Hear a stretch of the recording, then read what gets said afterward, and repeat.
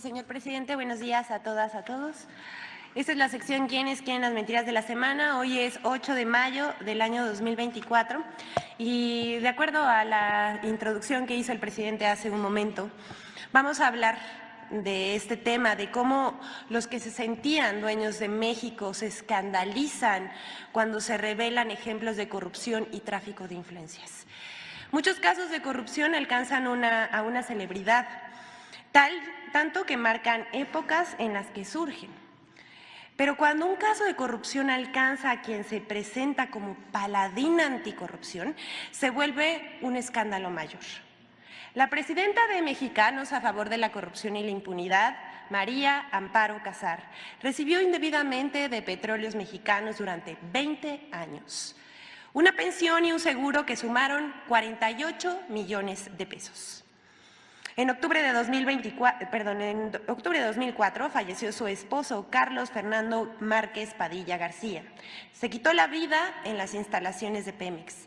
Aunque el dictamen pericial concluyó que se privó de manera voluntaria de la vida, en Pemex actuaron en ese tiempo como si se tratara de un accidente y establecieron una pensión de 125,000 pesos mensuales para Amparo Casar. Debido a una denuncia, Pemex revisó el caso de Márquez Padilla y la pensión de Amparo Casar. En febrero de 2024 se le suspendieron los pagos por prestaciones y se realizaron las denuncias contra quienes participaron en las instancias correspondientes. Estos son los hechos. En respuesta, la presidenta de Mexicanos a favor de la corrupción asegura que no sabía que su marido se quitó la vida, ya que dice que siempre pensó que habría sido un accidente de trabajo. ¿No les parece extraño? Porque es difícil creer que cuando sus abogados pidieron cambiar el dictamen pericial para que se estableciera que el fallecimiento fue por un accidente de trabajo y no por suicidio. Es una ironía que quienes en los últimos años alegan tener el monopolio de la verdad y del combate a la corrupción, la realidad es otra, que estén implicados en actos de corrupción. Tras la revelación, salieron a opinar intelectuales de la derecha, políticos conservadores, periodistas y representantes de esa sociedad civil que no sabemos qué significa, pero que no representa al pueblo de México, hasta comediantes, imagínense. Se escandalizaron por la difusión de datos personales y atacaron al presidente de la República. Hay que decir, muchas de esas aseveraciones fueron mentiras, ofensas y ataques sin fundamento. Pero, ¿qué creen? Así, guardándose, por complicidad, no sabemos, no dijeron una sola palabra sobre la corrupción denunciada. Estuvieron muy activos, ustedes los vieron, el exministro de la Corte, José Ramón Cosío, la señora, mucho texto que no podemos mencionar en esta conferencia, Dolia Esteves, Héctor Suárez Gómez, Juan Omar Fierro, Ricardo Alemán, por supuesto, Pablo Magluf. Y hay que decir una cosa, para aclarar esto, bueno, más bien, primero vamos a otro hecho que sucedió, porque ellos fueron los que desencadenaron el nado sincronizado en contra del presidente, pero pues por supuesto que no dijeron ni una sola palabra sobre los actos de corrupción. El INAI, rapidísimo, así, nada, pues terminó la conferencia y unas horas más tarde informó que inició una investigación de oficio por la divulgación de datos personales contenidos en diversos documentos del expediente del caso Márquez Padilla. Lo contradictorio de este caso, de este anuncio que hace el INAI, es que la Ley General de Datos Personales, en sus artículos 112 y 115, dice a la letra: no podrá invocarse el carácter de reservado cuando se trate de información relacionada con actos de corrupción de acuerdo a las leyes aplicables. Esto desmiente que se revelaron datos personales de manera indebida, porque los actos que denunció el director de Pemex son de corrupción, son actos de corrupción que deben ser investigados y en eso van. También lo que reveló el director de Pemex es un acto de tráfico de influencias, delitos decía yo, investigados por las autoridades competentes. Más tarde, la asociación dirigida por Casar y fundada por Claudio X González Jr. emitió una carta firmada por muchos personajes de la oposición, periodistas, los que llamamos abajofirmantes, como Lorenzo Córdoba y Ciro Murayama. Ustedes recordarán que estos dos personajes no solamente son opositores al gobierno del presidente Andrés Manuel López Obrador, sino también fueron consejeros del INE, un INE demasiado opaco. Raúl Trejo, José Goldenberg, Enrique Krause, Leonardo Curcio, Héctor Aguilar Camín y Ciro Gómez Leiva. ¿Les parece raro que ellos sean los abajofirmantes? A nosotros no. Las respuestas no se hicieron esperar. Miren, después de esto siempre hay una luz al final del túnel y hay personajes en las redes sociales que forman su propio criterio y publican cosas como estas. Gracias a Jorge Barrientos, que escribió: ojalá que con la misma vehemencia que defienden la pensión de 120,000 pesos de Amparo Casar, defendieran la de los ancianos que cobran 6,000 pesos. Y es absolutamente cierto, ellos nunca se han pronunciado a favor de los programas sociales ni por la vejez digna, pero sí por una señora que se enriqueció presuntamente con el dinero del pueblo de México. Hasta aquí lo expuesto para que cada quien forme su criterio sobre los hechos. Y vamos a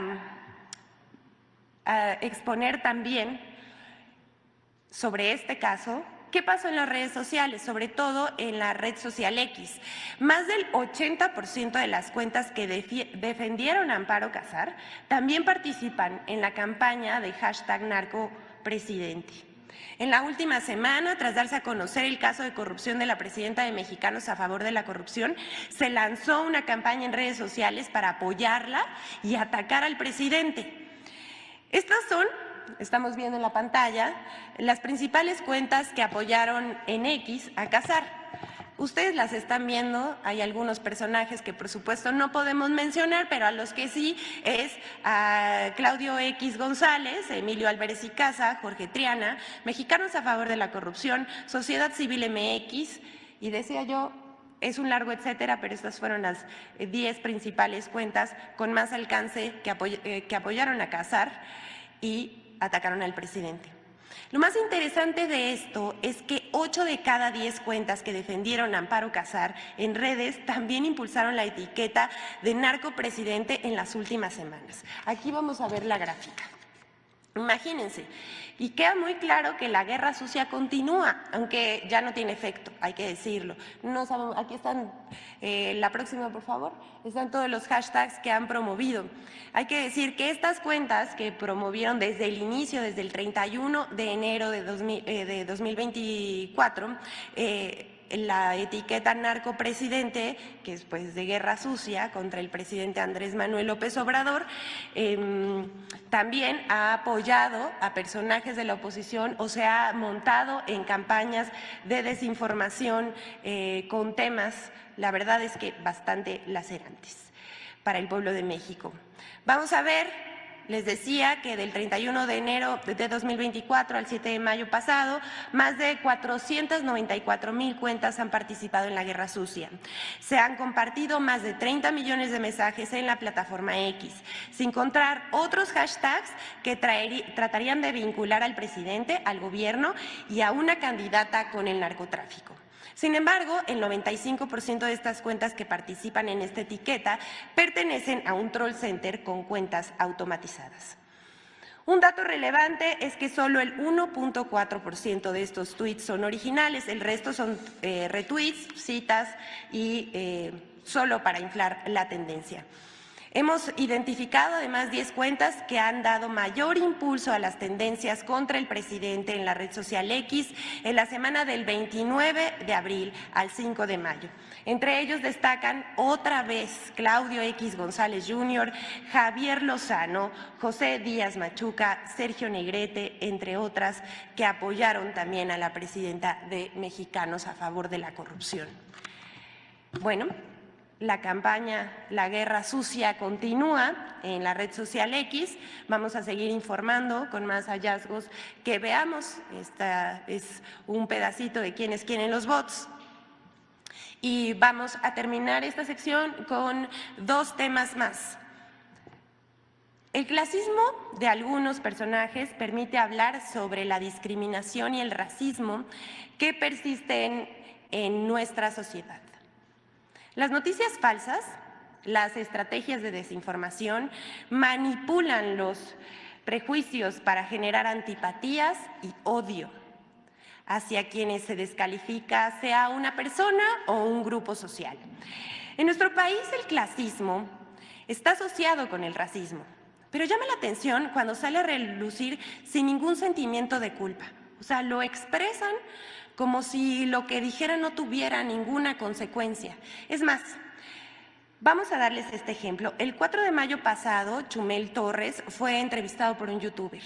Desde el rincón de la ignominia, el comediante, o dice que es comediante, conductor de noticias de Radio Fórmula y líder moral de la oposición, hizo gala de su desprecio por la mayoría de los mexicanos, desde la comodidad de su privilegio. Así, sentadito, diciendo que él jala mucho, Chumel muestra su clasismo con desenfado y orgullo y reafirma a su modo sus prejuicios racistas y prácticamente él dice algo que pues da mucha vergüenza, la verdad. Casi dice que el pobre es pobre porque quiere. Pero no me crean a mí, vamos a escuchar sus palabras, sus lamentables palabras, para que ustedes formen su propia opinión. Vamos a escuchar a Chumel Torres. Que al mexicano le interesa, deposítame sin trabajar. ¿Por qué? Porque me te vale verga, güey.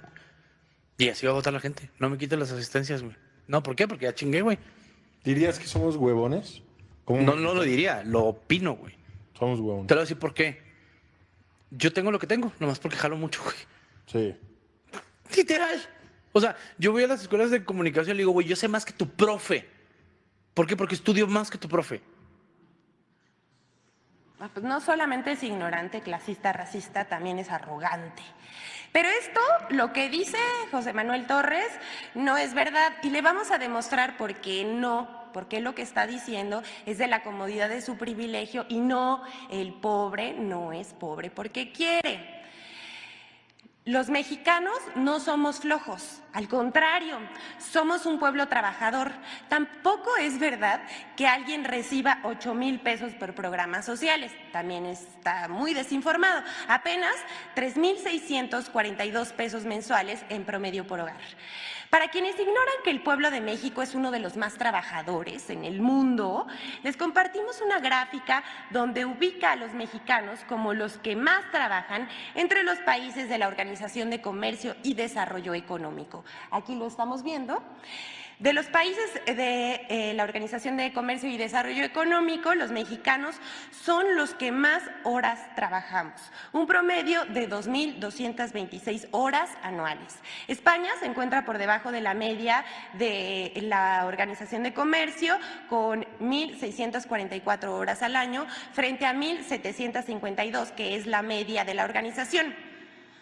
Los gobiernos neoliberales usaron los bajos salarios como una ventaja en el comercio internacional y por 36 años castigaron los ingresos de los trabajadores, que perdieron más del 70% de su poder adquisitivo.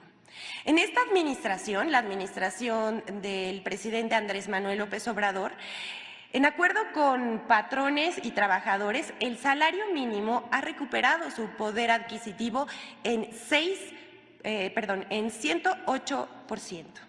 Según el INEGI, en 2022, el principal ingreso de los hogares, aquí, atención a esto, el principal ingreso de los hogares fue el salario de quienes trabajan, el 65,7%, seguido de las transferencias por programas sociales y otros.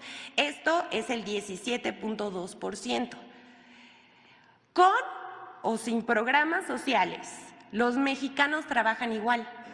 Es más, Hoy tenemos el índice de desempleo más bajo en décadas y el menor de la Organización de Comercio y Desarrollo Económico, que es apenas del 2.3%.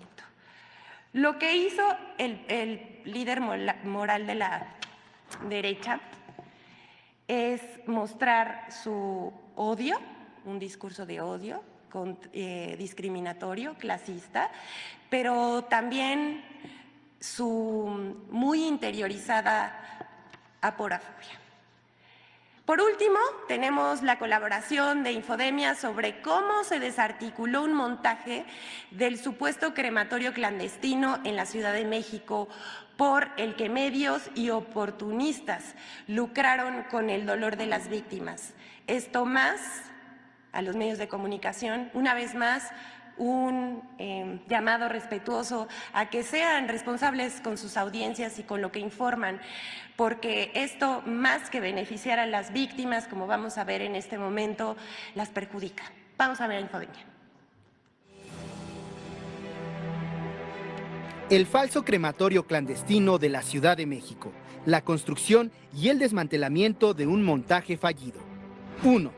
Desde el 30 de abril, en una extraña sincronización, 807 notas y piezas transmitidas en televisión, radio y medios digitales dieron por verídico el hallazgo en la Ciudad de México de un presunto crematorio clandestino de restos humanos, únicamente con la declaración de Cecilia Flores. Alerta ADN 40, Ceci Flores, Cecilia Flores, fundadora del colectivo Madres Buscadoras de Sonora, en redes sociales informó sobre el hallazgo de restos humanos. La lideresa de las Madres Buscadoras de Sonora, Ceci Flores, reportó el hallazgo de un crematorio clandestino entre las alcaldías Iztapalapa y Tláhuac en la Ciudad de México, en el cual se encontraron restos humanos. La buscadora, la madre buscadora Ceci Flores, quien pues lleva una lucha importantísima en este país, pues buscando a los desaparecidos, anunció en sus redes sociales que encontraron restos humanos en la Ciudad de México. Ceci Flores hoy hizo un nuevo hallazgo,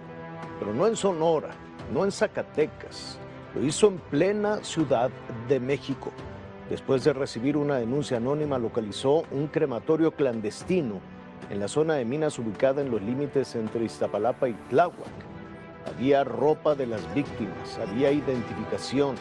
Las Madres Buscadoras denuncian que encontraron un crematorio clandestino con vestigios de mujeres y niños en la Ciudad de México. Vaya hallazgo macabro de Ceci Flores y las incansables, las imparables Madres Buscadoras no solamente localizaron restos humanos, sino un crematorio clandestino en la Ciudad de México, en los límites entre Tláhuac e Iztapalapa. Estaremos platicando largo y tendido de esta historia de terror y vamos a platicar también con Ceci Flores, la madre buscadora, la activista que es la que destapa este cementerio clandestino. 2. Al día siguiente, la Fiscalía General de Justicia de la Ciudad de México desmanteló el montaje al informar que, de acuerdo con los resultados de los dictámenes antropológicos realizados científicamente, los 14 elementos óseos encontrados en el lugar señalado como de origen son de origen animal, particularmente de la especie canina, y ninguno de ellos corresponde a persona alguna. Además, las personas titulares de las identificaciones halladas en el falso crematorio se encontraron vivas y con buena salud. 3. A pesar del desmentido oficial, continuó el uso político y mediático de la activista Cecilia Flores, mientras que los medios de comunicación minimizaron las voces de otros colectivos de búsqueda de la Ciudad de México, los cuales no fueron informados por Cecilia Flores del presunto hallazgo, y también minimizaron la política de búsqueda en vida de los desaparecidos y no en fosas imaginarias. En medio del delirio necrofílico, el conductor de noticias de N+, Enrique Acevedo, publicó en su cuenta de X un mensaje dedicado a sus colegas.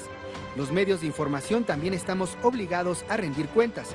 Ayer, docenas de periodistas difundieron información falsa y editorializaron sobre algo que no habían verificado directamente. Hoy deberían consignar su error y admitir, cuando menos, que se precipitaron al hablar de un crematorio clandestino en Iztapalapa. Infodemia. está en juego la credibilidad de los medios de comunicación con este tipo de publicaciones. Es cuanto, señor presidente. Buenos días.